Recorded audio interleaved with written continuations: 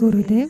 Манай эртний сударт ангааж мөнхийн амьдрал бэлэглэх сомо шидэж шигний тухай өгүүлдэг. Сомогийн найрлага нь юу вэ?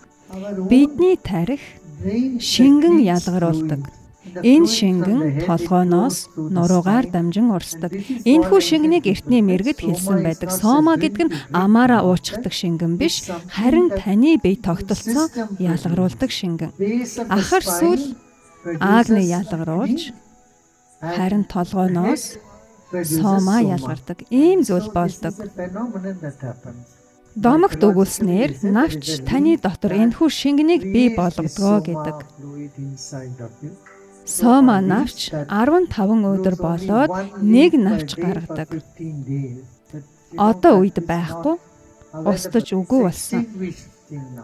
Хүмүүс ямар нэг мансууруулах юм уугаад өвс ургамал хэрэглээд сомо мэдрэмж мэдэрнэ гэж байхгүй.